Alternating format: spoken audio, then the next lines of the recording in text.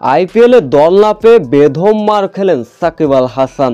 ভয়ে আর বোলিংয়ে আসলেন না, ছক্কার পরে ছক্কা খেলেন। তবে কি আইপিএলে দল না পাওয়ায় এমন বেহাল অবস্থা সাকিব আল হাসানের?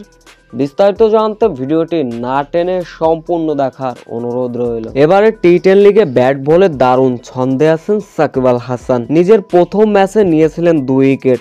পরের ম্যাচে সেই ধারাবাহিক পারফরমেন্স ধরে রেখেছিলেন সাকিব আল হাসান।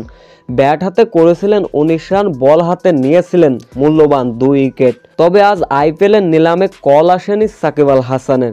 নিলামে তাকে ডাকাই হয়নি, তাই বুঝি এমন মন খারাপ সাকিব আল হাসানের? বল হাতে আবুধাবি টি10 লিগে বেধম মার খেলেন।